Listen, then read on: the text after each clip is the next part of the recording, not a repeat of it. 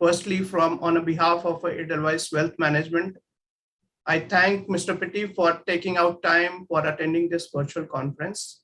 Also requesting participants to send their questions in the chat box, which I will try to take during our session. Today's topic is building profitable tech platform through innovation and scalable technology. So requesting Mr. Pitti for his initial thought on it. Thank you, Mr. Praveen and Edelweiss, for having me over here. It's a privilege to be able to speak to the audience. Firstly, a little more about eSmartTrip. We started in year 2008 with a meager investment of rupees 5 lakh. And now we have become the second largest travel portal in India. Well, in our journey, there are two very unique things. One is that, as Praveen mentioned, that we are among the very, very few consumer internet companies in the world, probably. In India, I know only there are two consumer internet companies who have built a scalable business model without taking any external VC money, PE money, or money from bank, eSmartTrip and Zerodha. And the second unique thing about eSmartTrip is that in the last 13 years, in such a crowded industry where most of our competitors have bled money throughout the journey, we have remained profitable every quarter, not just every year, but every quarter. And now I'm over here to talk about our journey and how we were able to attain these two tasks, and maybe give some learnings to the audience. I'll probably share it as the lessons which we have learned over the due course of time. So the first thing is always start with why. Always start with why. We come from a very humble background. We started as a travel agency. We learned the problem firsthand and then solved it using eSmartTrip. Hence, the business flourished. This is also one way by which we avoided fighting the big companies in the initial phase. In the beginning, eSmartTrip was only serving travel agents when we began our company. So this way, we did not have to fight the big companies for the first 3 years. So the lesson which we learned during the process was to always find a surrogate to kickstart your business in a crowded space. We didn't have to directly go in the competition because that could be fatal. For the first 3 years, we were just serving travel agents. We were not a consumer company for the first 3 years. And later on, we became a consumer company. And right now, 93% of our business is consumer and only 7% is travel agent. But the first 3 years were extremely crucial, where we were able to find a surrogate, which is work with the travel agents first and build our business, build our technology, build our operations without finding the big guns. The second lesson we learned was it's okay to not to be able to raise. We tried to raise money, but we couldn't in the first year.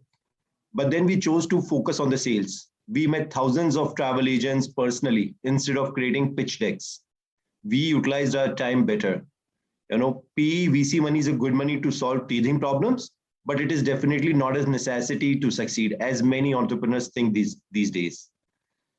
The point we took home during this process was, we don't have to give control of our future in the hands of people who may or may not believe in us. It's better to utilize your time in something which you really believe in, rather than trying to find the people who may or may not believe in you.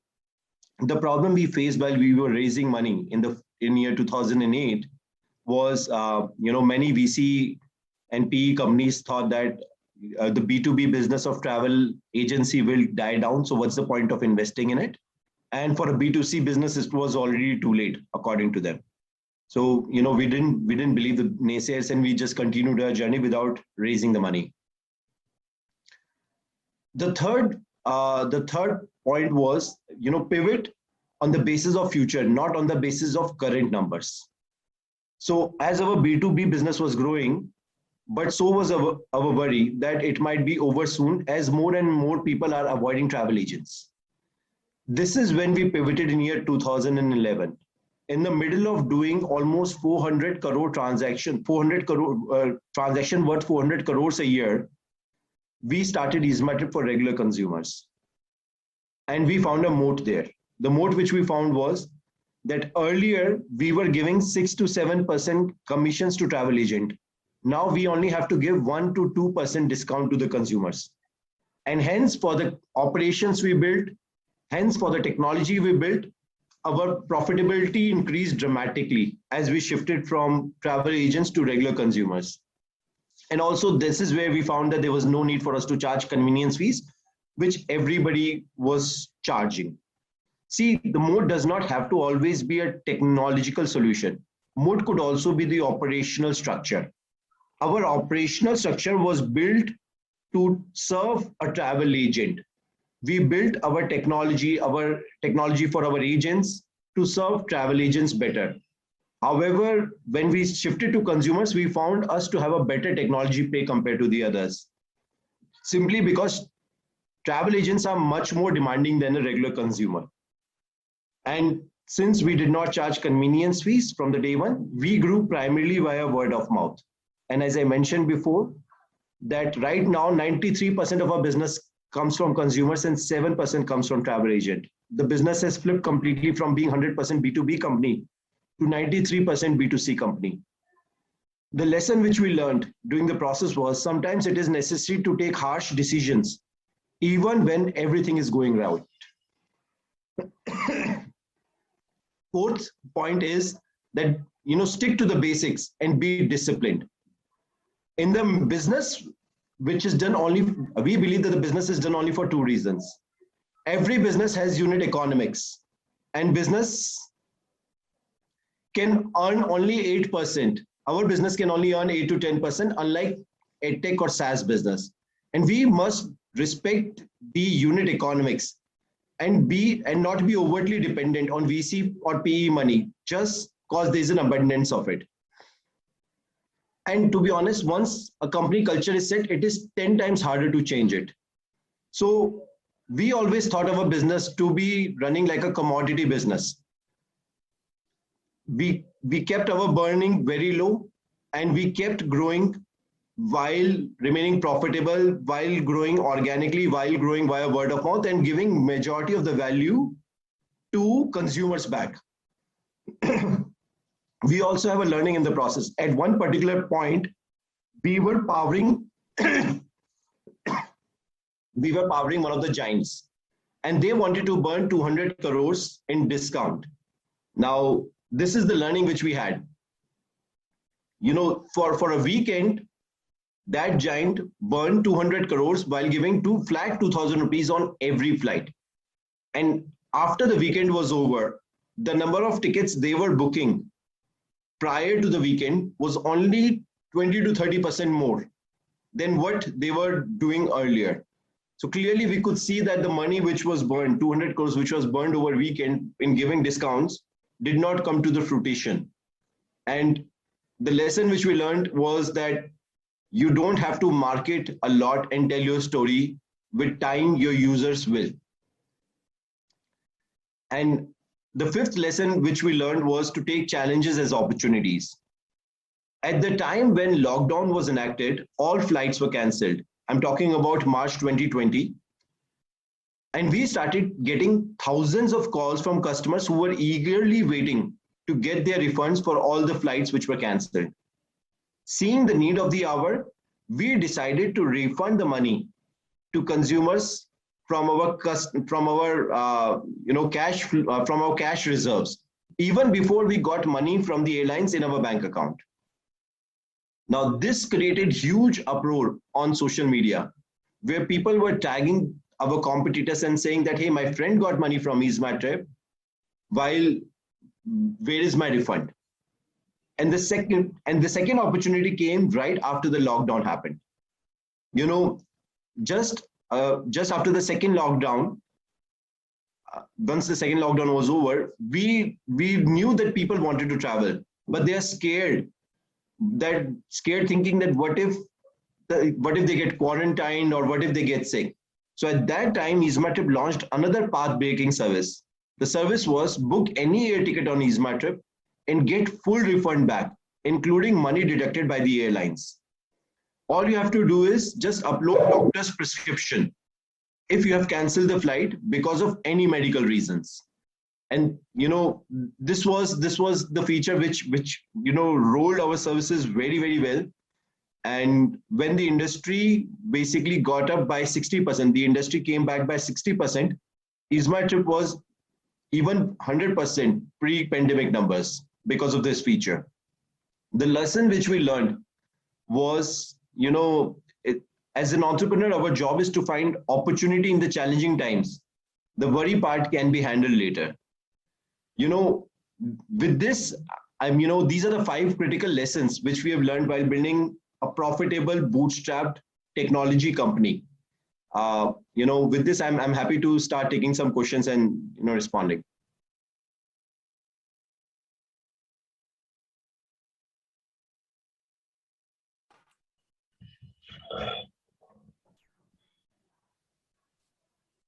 Yeah, thank you, Prashant, for a detailed discussion on this.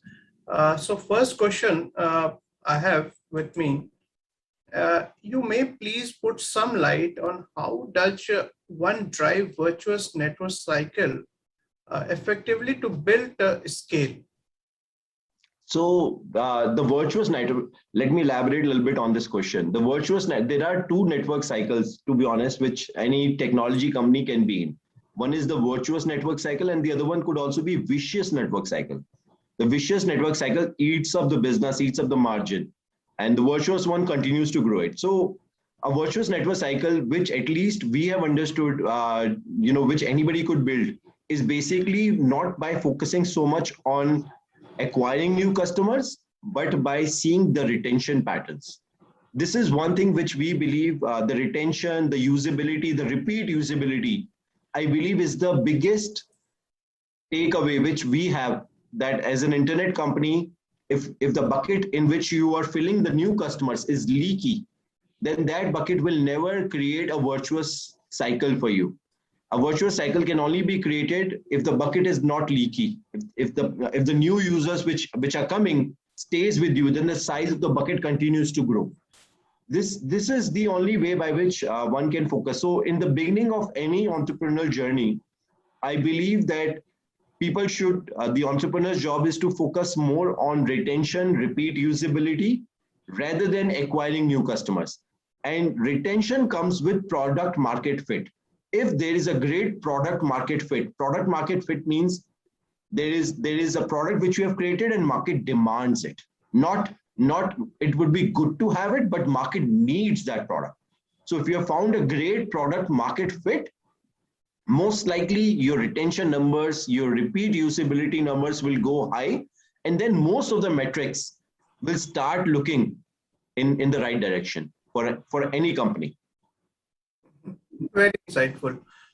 So now I'll move to the another question. That's how does we analyze the unit economics between the very frequent, infrequent, or less frequent activities? So some limit like frequent is like a food delivery, then ticket booking is infrequent, then hotel booking is less frequent. So how you basically, how anyone can define the unit economics for all 3 different segments?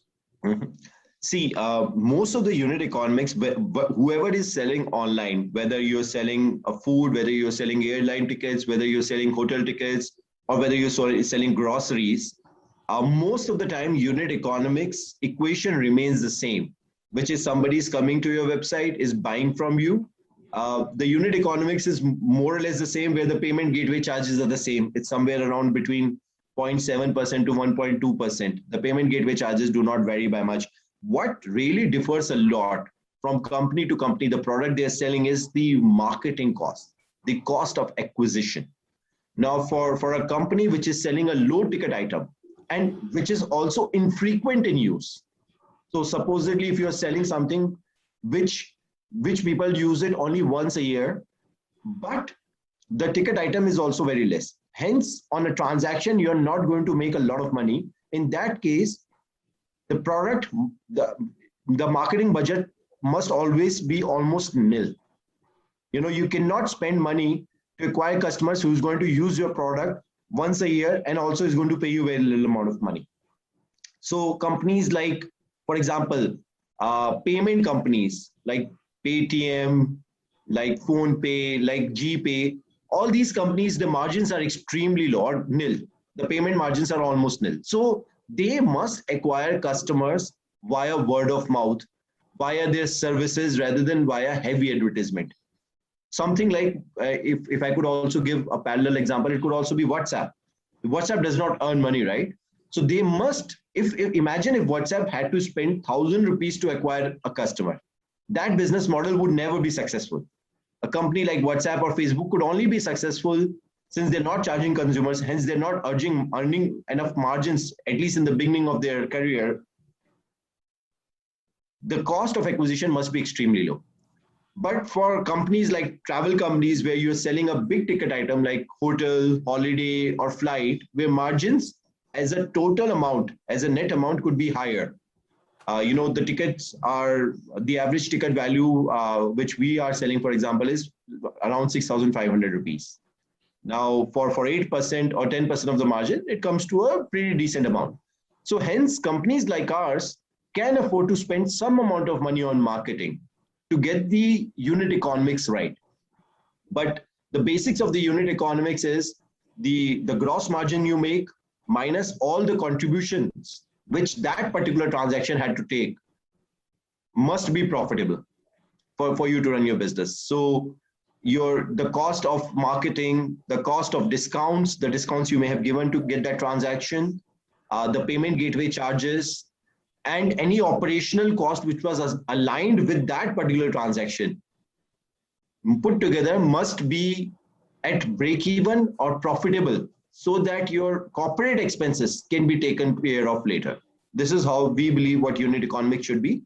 And according to me, for a food delivery, companies like Swiggy or Zomato, I believe that since the frequency of usage is extremely high, but the product value is low, they can still afford to have higher amount of spend on acquiring a customer, because the lifetime value of a customer could be very high. They could come back again and again and use it multiple times in the next 5 years, and pay back for all the marketing expenditures which that particular company had incurred.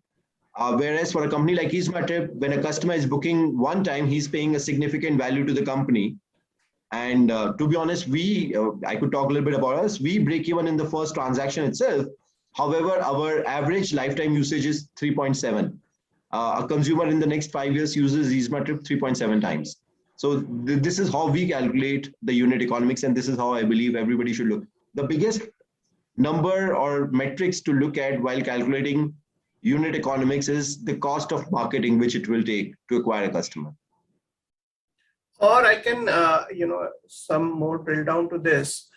If someone is transitioning from the one product or one segment to another segment, frequent to less frequent, is a real challenge in managing the unit economics? Please repeat your question. If a person is shifting if from if someone is broadening their product or segment from a frequent segment to the less frequent segment, is there a challenge to manage their unit economics? So again, it depends. Firstly, as companies, we would want to think horizontally, right? We would want to think that people who come to us will buy everything from us. Consumer's mind do not work that way. Consumer thinks very vertically. Consumer go to one particular app for one particular service. Most of the consumers, they do not go to Amazon to buy clothes, even though there are plenty of clothes on Amazon. They probably go to Myntra or other apps to buy clothes. So we must also respect that, yes, we have some user base, but that user base is not with us for all the use cases which we will present to them. And that is where I think that people have hard time shifting from one use case to the other use case, whether it is a frequent use case or infrequent use case. I believe consumers do not necessarily opt for all the use cases which you might be offering. Consumers are extremely smart and they want to think that they're smart and intelligent, right? And the one way to think is that I have chosen this particular website or an app for this use case, and this particular website or an app for this use case. This is also one way by which consumer define their intelligence. So shifting from one product line to the other product line is not only a problem of unit economics. The bigger problem is also how to get the usage for that particular new use case which you are aligning. Very nice. The next question is how differentiation is created when multiple players, entrepreneurs is targeting the same problem or the same market using similar technological solutions? See, this is something which I recently echoed my thought at one of the places, and it went pretty well. Which was that I believe a lot of internet companies are getting commoditized as we speak. Internet companies were kind of novelty, let's say 10 years ago, when there was only Flipkart for that matter, right? Who started the e-commerce business in India. Now there are multiple of them, and most of them are buying from the same source and selling to almost the same consumers. There are multiple e-commerce companies, there are multiple OTA companies like us, there are multiple, food delivery companies. Honestly speaking, we believe that this is a transition time when a lot of internet companies are basically becoming a commodity rather than a novelty. And in this transition time, you could build your moat in multiple ways. It could be a technological moat.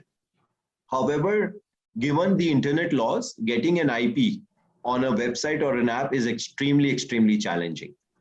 To get a patent on something which is related to technology in selling online is extremely tedious and challenging. And there are very, very, very few companies who have been able to get any IP around it. So the technological solutions could be that you create new features, you create new value services to consumers to help them do fast, to help them choose you over the other people.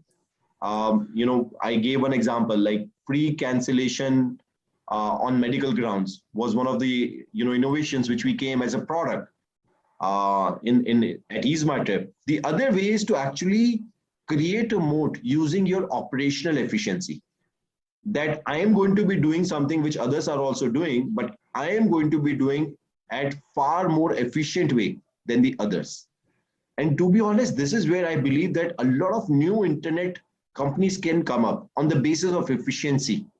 That I may be looking at that I'm doing the same thing as others, but I could do it much better because my costs are far more under control compared to the others.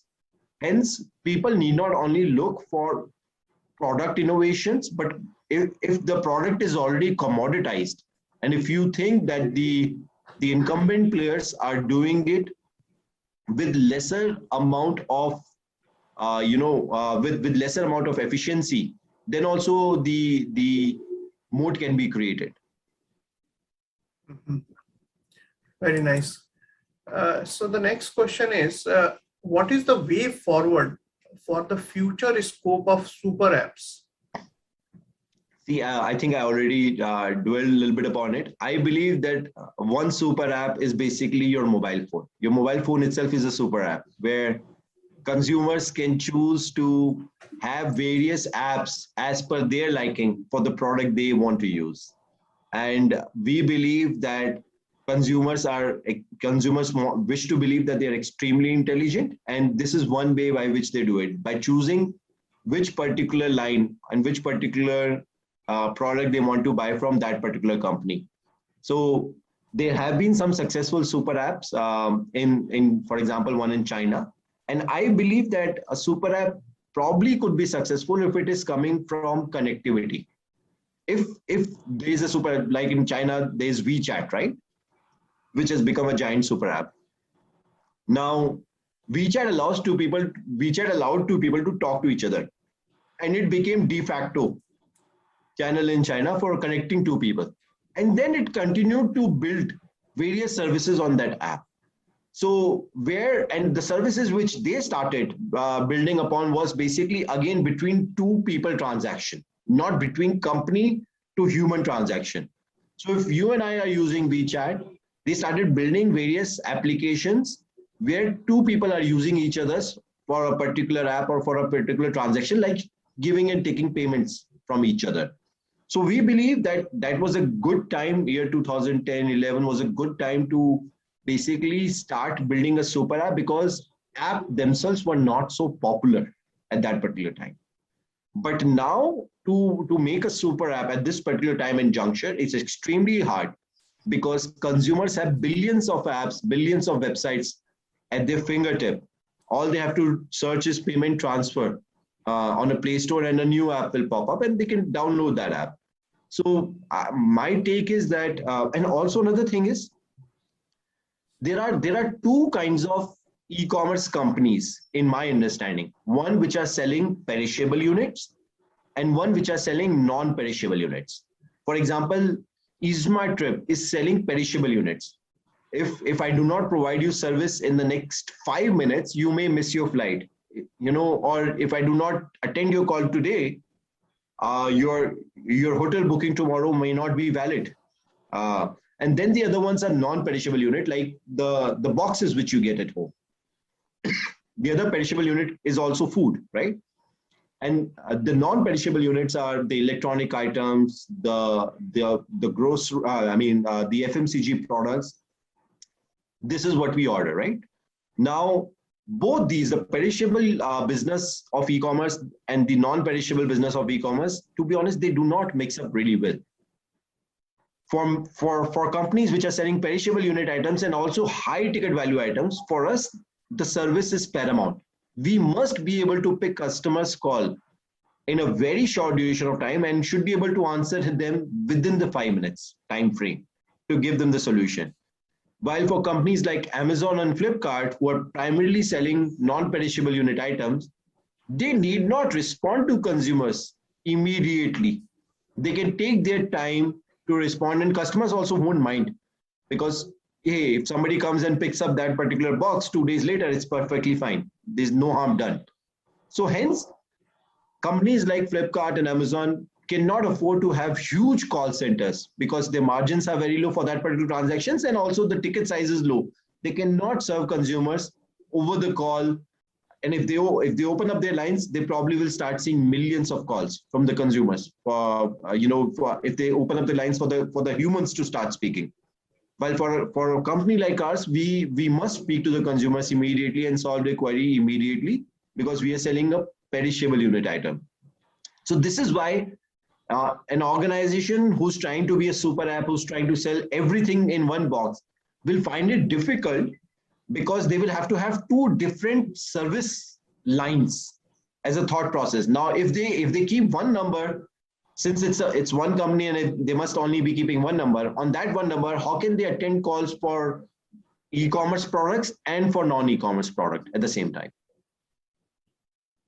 So future for this super app looking very challenging in that? Absolutely. I think that this is not the time. Year 2010-11 was probably a good time to create a super app and create customers habituality for an app to be used for multiple things. But now with the billions of apps out there, the chances of acquiring just to acquire customers and say, hey, I will sell them 100 different things. Sorry, I don't think so it's going to work that way. Consumers have hundreds and other options as well to use those 100 other things. Mm-hmm. Very interesting. Because as you said, you are in the perishable, and there are the companies which are in the non-perishable. So as I said, as I asked at the starting regarding the unit economics, it's really a difficult to manage unit economics in the perishable or in the non-perishable. Well, to be honest, I don't think so. It works that way. The unit economics has a lot to do rather than the food item or the ticket item to be perishable or not. In the perishable, e-commerce sector, the service must be top class. The service must be right there, but that can also be built in the unit economics. To be honest, it's not that difficult. And for the non-perishable unit items, the service might not, the call center, the service might not be that upfront, but then there could be so many other costs which can screw up your unit economics. So I think that it is not a function of perishable versus non-perishable. Your business, your operation changes with perishable versus non-perishable.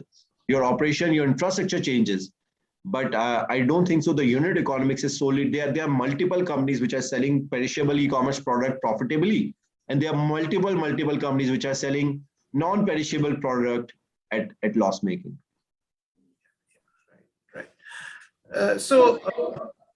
Very importantly, like, how one can evaluate the prospects of this new age companies, because in your conversation already you had highlighted there are a lot of differences in between the very frequent, less frequent, then perishable to non-perishable. How one can evaluate these new age companies?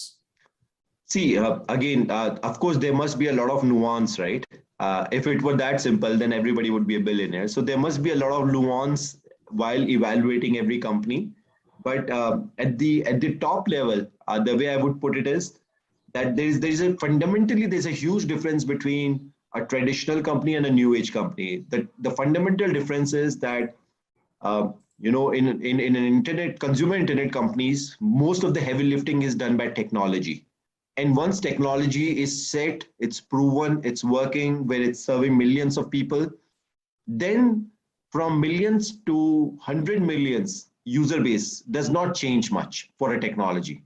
The heavy lifting is done by technology, not by the humans. If let's say if somebody has an industry, in order to produce X number, they would need, let's say, X staff. In order to produce 2X numbers, they probably would need 2X staff. They will have to develop the industry, right? So the cost continues to grow algorithmically in a traditional company. In internet companies, cost need not go up algorithmically as the revenue. And this has been very widely proven by companies like Facebook, Amazon's, and the others in the Western world, where they were a loss-making company for some time, but then they turned profitable. And when they turned profitable, there was no looking back.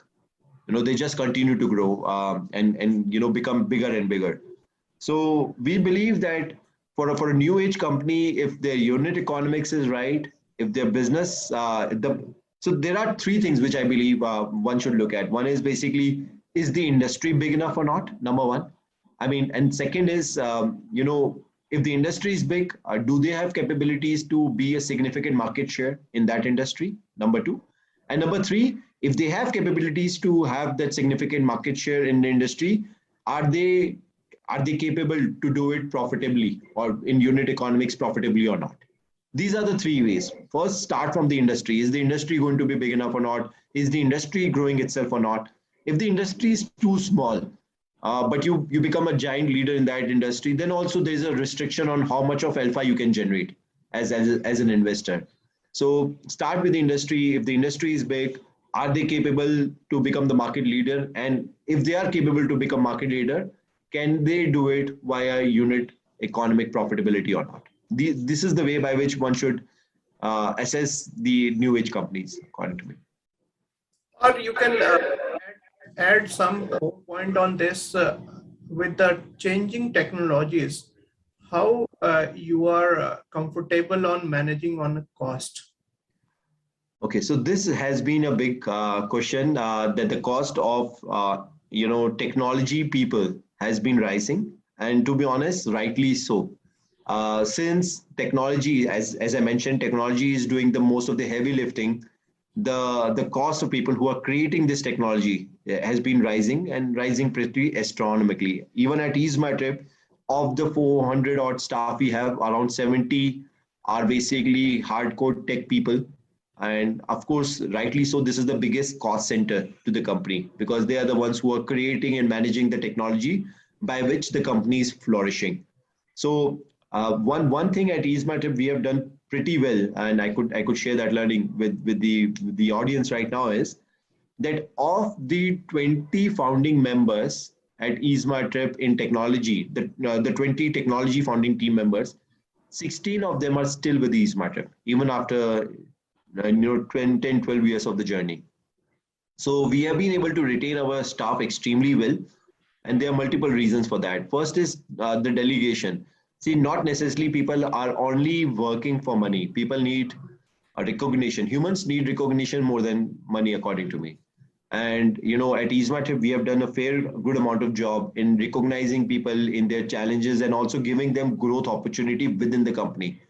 At our organization, we have hired very few people from outside and brought them to manage the people who are working. But we have graduated our own people from fresher to the VP level in the organization and made them and have given them a path to grow in the success. But I would agree and understand on the fact that the technological team expenses are rising, and it's probably going to rise even more and more, given that there are a lot of companies which are raising. There's an abundance of VC and PE money. With the abundance of VC and PE money, there will be more companies who will be out there to hunt for the talent, and the talent could be lured by being offered better salaries from the other side. So this is something which we all will have to manage and we have to learn with. But however, I think at the country level, we are also doing fine in producing more finer engineers now than before. So we see the difference of a college graduate in year 2010 from the same college versus a college graduate in year 2020. There's a huge amount of difference in the learnings, in the aspirations, in the ambition of a college graduate. I mean, I've visited many colleges myself while recruiting, and there's a huge starking amount of difference between the ambition, the learning, the skills, which a graduate in year 2010 had versus a graduate in year 2020. And things are only looking brighter from that side as well. Interesting. Lastly, if you can share your top 3 learnings which you want to, you had gained over the last, 2008 till date, which can help the new entrepreneurs or new, the new people who are actually looking for startups. Well, I think I shared 5 of them, the learnings which we had. But since you've asked, I'll reiterate. First is, of course, whatever market you're trying to enter, if it's a crowded market, don't worry about it. It's not something, many people advise that try to do something which is extremely different, try to do novelty. But there is a lot of scope in current markets as well to disrupt, because many of the companies, even though they might have become a big business, the unit economics for many companies are extremely fragile, even right now. So first is, if you're entering a crowded market, always find a surrogate way to enter that market. Don't go with head-on collision with a giant. Of course, that will kill you. As a newborn baby, you should find another way to enter the market and then grow your market share slowly and gradually. And second is, for sure, many a times you will find in the business that you have to take harsh decisions, not because it is required right now, but it is for the better future. It's very simple to be complacent and not focus, on what the future might become. The best way to basically grow your business is to continue, evolve, and continuously see what the future might become. For example, I'll give an example for a company which I extremely admire. Company like Uber. Of course, they created a very solid, great product, which is basically, we all know what Uber is, cab hailing services. But now they are investing extremely heavily on automation of, the cars which are going to be self-driving, because they can see the future. The future is that where, there will not be any requirement of any cabs or the driver. The company themselves will buy hundreds and thousands of cars which are going to be self-driving. And then, those cars will automatically go and plug themselves in to charge at the night time and then go back to serve people. So they're anticipating what the future will be, and they're building on it. And 10 years down the line, their entire business model might be completely different. In fact, I would think that it will be. It will not be dealing with any drivers. They will probably not be dealing with any drivers. They will probably not be dealing with anything else besides just the consumers. Consumers, open the app. For the consumer, the experience remains the same, but their entire business model changes dramatically. with the self-driving car come in. So, as an entrepreneur, the idea is that whatever mission you have fixed, keep that mission extremely close to your heart, but don't be fixated to your solution. The solution can change with time, but the mission should not. For Uber, the mission is to give people better access to travel, and that is exactly what they will be doing 10 years from now as well, even with driverless cars. So keep the mission extremely close, but not your solution extremely close. Be okay to dispose your solution if the time doesn't need it. That'd be my second advice. And the third is basically just be extremely cautious about the unit economy. You have to respect the business in which you are getting in. If the business demands frugality, you must be frugal about your business. If the business gives you ample amount of money to be spent, then go for it. But otherwise, if the business demands frugality, then you have to respect the business. Thank you, Prashant. That was a really insightful session. At this juncture, I end this session over here. Thank you, everyone. Thank you for your participation, and thank Prashant for your insightful journey. Thank you. Thanks, everyone.